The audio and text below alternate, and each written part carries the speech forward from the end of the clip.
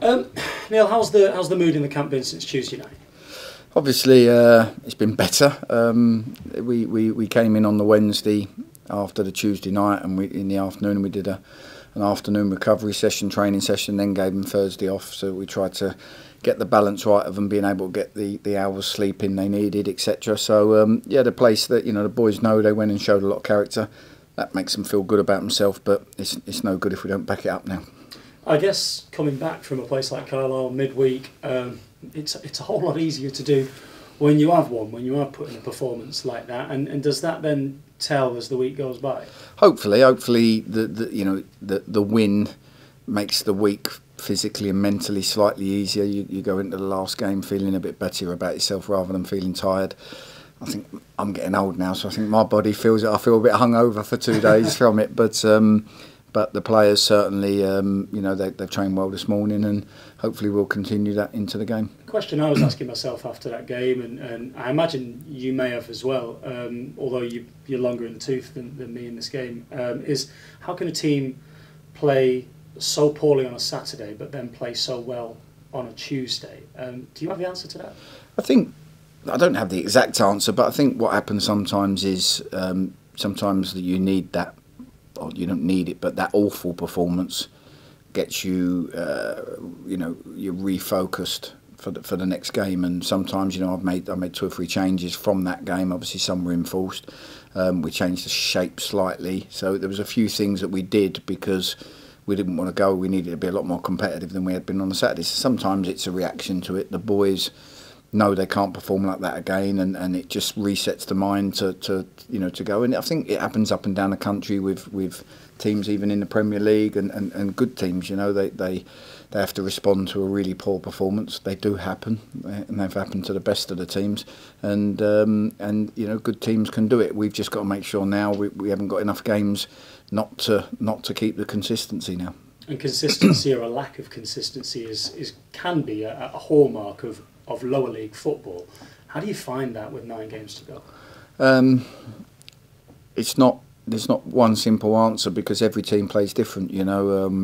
Carlisle were a really good footballing team. We played the conditions better than them, and hence it was a good performance. Cheltenham played a different way, and we didn't cope with it. Although I thought we was poor in every aspect of our game. So Morecambe are in a good place at the moment. They've walloped 7 in and thoroughly deserved it, and they've got a great manager and they're in a good place. And we've got to find a different way to win a game, and it's just us having them qualities to be able to make sure that no matter what the game is, we find a different way to A, stay in it, B, be in it, and C, try and get our noses in front and win. Of late, have you found that your team tends to do better against teams that want to play football rather than those more physical direct teams? Well, there is a trend there that suggests that might be the case, but we've certainly got to master that. Obviously the Newport and the Cheltenham games, we didn't handle what came our way, so we've got to master that because we're going to have a mix of all of them. And we can't just say, OK, we're good against these teams, but not against them. But that'll be my problem to solve and the players' problem to solve when they come. Morecambe have got a mix of a bit of everything. They've got good physicality, great legs, and they try and play at the same time. So we've got to stand up to the challenge. And I know we're at home, and I know sometimes at home becomes an expectation. But one thing I know is Morecambe will come and say they're a big club if we can. Get their fans to turn on them and put more pressure on them. That will make our life easier. And us as a club, we need to make sure that doesn't happen. How important then will the fans' role be on Saturday? It will be, and I've said it before. I said it before the Port Vale game about the anxiety. Morecambe want to turn them against us. They want us to. We're not going to, 9 games to go, we can't come out and be, all singing, all dancing, swashbuckling football because we've got a grind. We've got a 9-game grind where we've got to compete, stay in games, and, if we have to sometimes play like the away team, we'll have to find whatever ways we can of winning the game. And, Morecambe in history have been a really good counter-attacking team. They've caused me problems when I was at Wimbledon playing that way, and, I'm sure they've done it to many teams. So we've got to make sure that we're not stupid about how we pole forward and feel the pressure of expectation. We've got to make sure that we just do whatever it takes to be in this game to give ourselves a chance of the result we want. How's Jim O'Brien? Not good. He won't be fit for tomorrow. You know, he's got had to have stitches in his calf, big gash, horrible tackle, and you know, one that's really annoyed the whole group, to be fair. I bet, because it was just so uncalled for. It was so unnecessary. Yeah. Listen, it was a coward's tackle, and you know, I'm not going to get too much involved. The lad knows who he is, and you know, he's certainly gone down in everyone's estimation, but I'm not sure it'll bother him. How long do you expect him to be out for? I don't know. He's gone from having to be on crutches. He had to go to hospital that night and have it restitched and cleaned. He was on crutches for 2 days. He's now off the crutches, which is great. So it will be a case of how quickly it heals, how quickly we can get the stitches out, and how quickly he can run around and start telling me he's all right, which, knowing Jim, will probably be a minute after the stitches are out. I was going to say, good job he's out loud. I guess now is a time where you'll have to lean on the squad a little bit. You've got a big squad, everybody knows that. How have you managed to keep people like Richard Duffy engaged, and David Vaughan as well, to the point that they could come back in on Tuesday night and play the role they did? Well, I've said it before. I said to the players, even those that aren't in the 18-man squad,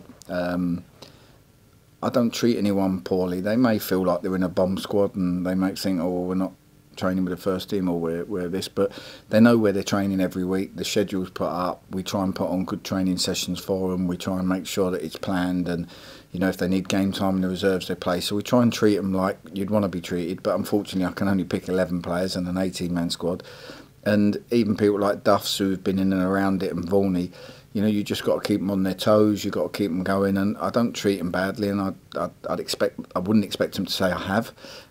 So when you come to call on them, there shouldn't be any issues there. And the second thing is that personal pride. They're experienced pros. They've been around. They don't want Notts to get relegated. They don't want it on their CV. They don't want to. They played a part all season, and they don't want it to happen. So they're going to come in and give it everything they've got. How's John Stead? Steady's touch and go. We'll do a fitness test tomorrow, and we'll see whether he's fit or not to train. He did some work today, but we'll have a look tomorrow. What do you expect out of Morecambe? First of all, I get on very well with the manager Jim. I've got, you know, the longest serving manager in the Football League. I got to third, and I got to third, and I know how tough it was to do that amount of time and the toll it takes in you. So Jim and Kenny there, I've got so much respect for.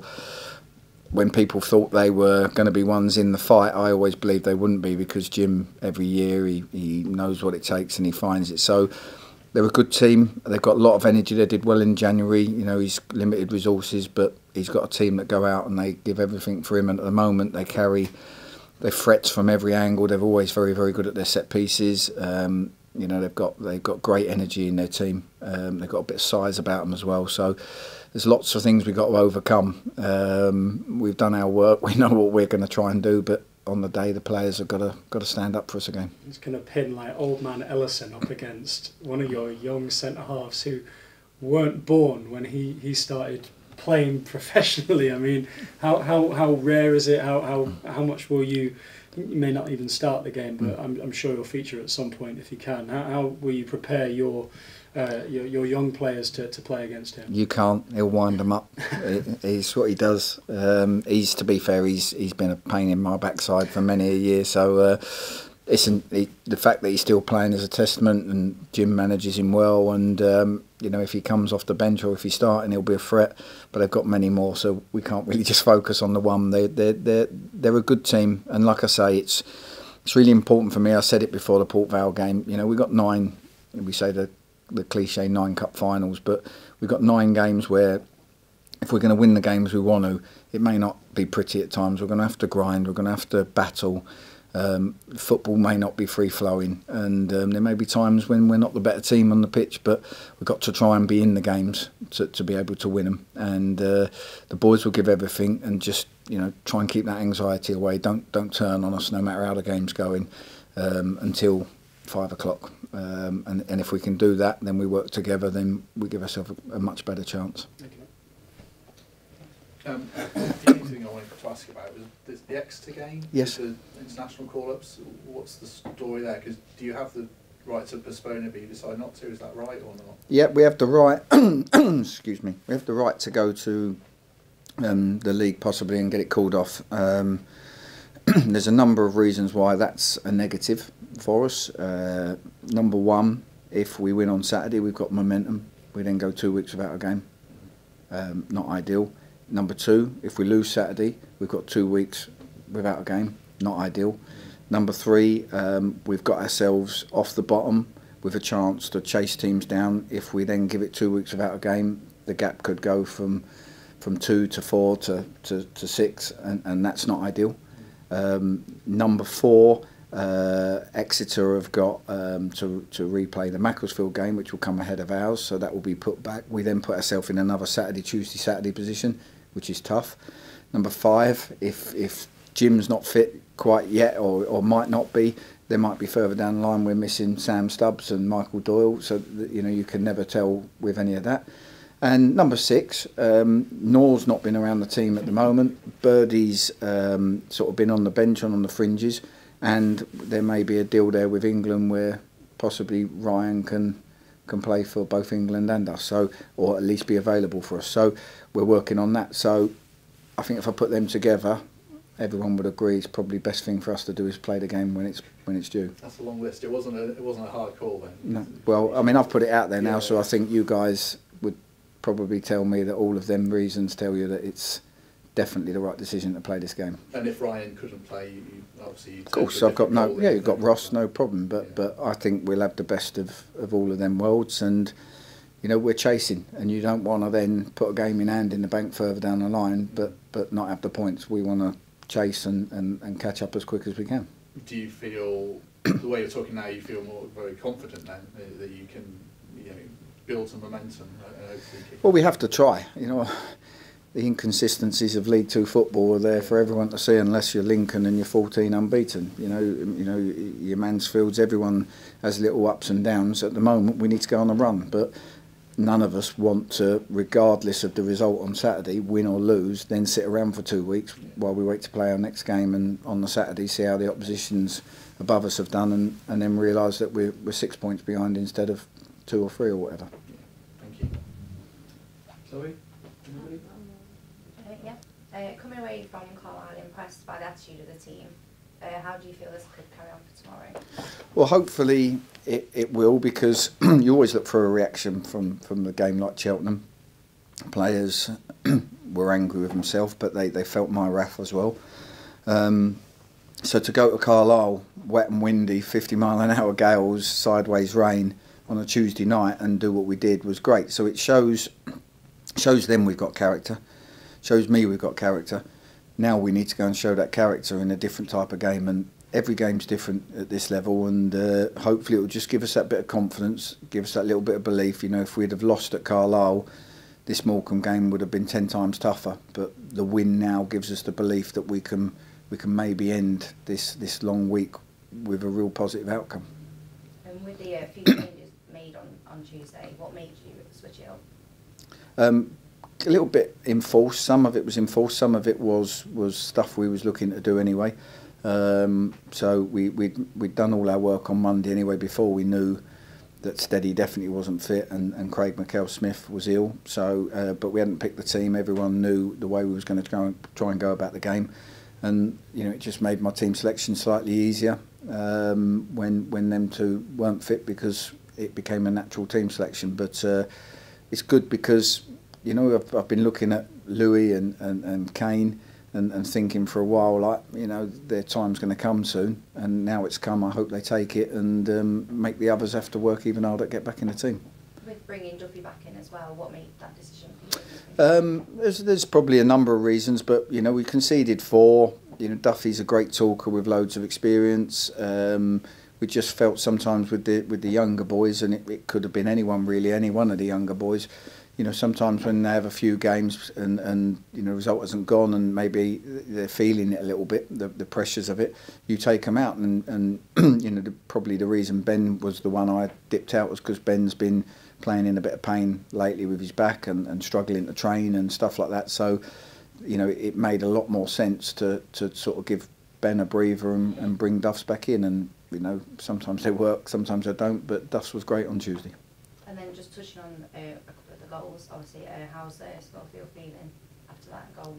kind of rolling it out? He's great. He's a confident lad, and I know, it's probably been on social media a lot and stuff like that. But to be perfectly honest with you, I mean, I find that a little bit unsportsmanlike what happened. But that's just me. The lads, the way he went about it, it was impossible to see. And people have said to me, "Why didn't your defenders shout him?" I couldn't even see the player. And when I did finally see him, it looked to me like he was injured walking behind the goal, because he was actually in the net. The time I saw him, it was only, I didn't realise until I saw him start to creep what he was actually playing at. So it wasn't like he was standing behind Scully and he never checked. No one would have seen him for a while, and he's done it cleverly and nearly got him back in the game. But the response that Scully showed, because he was outstanding, his handling was outstanding prior to it in terrible conditions. The response he showed after, he made 2 great saves, come for crosses, and that shows that the boys got a little bit about him. And having the win as well, looking forward to tomorrow, how's the team feeling? Is there a change in the team? Well, the win gives us a chance to go into tomorrow. I was fearful if we didn't get anything from the Carlisle game, how tough the game would be tomorrow, just as in the way the fans would be feeling, the way the players would be feeling. Trying to lift the place might be a lot more difficult now. Now we've had the win and we've closed the gap a bit and we've come off the bottom. There's loads of reasons to go, come on, this could be on. Let's stick with it now. Obviously, we'll know a bit more at 5 o'clock tomorrow, but certainly just gives that little bit of a lift to everybody. And that's why I say about the fans how important it is that, sometimes just expect us to have a right go and don't turn on us, because that's what Morecambe will want. And then just finally, with those changes doing well on Tuesday, are we looking at a similar team for tomorrow? Well, obviously Jim O'Brien's a serious doubt now with his stitches, so there'll have to be maybe 1 or 2 tweaks. But the boys that went out did well, and we'll have a look at whether anyone's fit enough to come back in. But yeah, they certainly posed a question to me to put them back out there again. Okay, thank you. You get about how are legs in the camp? Players like Michael Doyle played 180 minutes across the week. Is everyone still quite fresh? I don't think you ever really know until game time. You do your best you can. We planned 2 weeks ago the best way around this travelling and obviously going to Cheltenham and then going up to Carlisle, and how we try and recover the boys for the game. And we feel that we've done that right. The sports science team and the medical team, they were great. We come up with a plan. The club have helped us with it. And we feel we've done everything to get everyone's legs back. Obviously, we won't know until 3-5 o'clock tomorrow and on how it goes. But the boys know how we want to play. We've done the match prep. They look fine in training today, and I think we've got to take anything out. Morecambe have had 2 games, albeit at home. They played in similar conditions to us on Tuesday night, and we just need to go hard and give it everything we've got, and have no excuses at the end of it, because we're 9 games to go. We can't have excuses. Craig McElsmith missed out through illness in midweek. Is he recovered now? He trained today, so that's a plus. So he comes back into calculations, for what we might need tomorrow. And one thing you've mentioned in the past, previously, we've done well against teams at the higher end of the table. Then when we've come to face teams in and around us, we've struggled a bit more. What have you done sort of guard against that this week since you've been back? Well, obviously we have to focus on each game as it comes. Like I said before, there is a trend of footballing teams we've done well against, and teams that a little bit more direct we struggled with. Well, we've done a bit of work on that, and the boys have to step up, and they have to, you've got to win your battles, you've got to do your stuff, but they'll have threats both in footballing and in physical tomorrow, and they're in a good place. They've just smashed 2 very, very good teams, and when I say smashed them, I mean they were thoroughly deserving of their wins. And Morecambe have got that in the locker. They beat me once at Wimbledon 5-2 at home, and they can punish you, and they got good players. So we're going to go in there, and we need to grind. We need to be gritty. We need to be. That's what I say to the supporters. At times it's going to be a battle, and you need to just get behind us, because 9 games to go. We've got to fight for our lives, and some of it may not be pretty.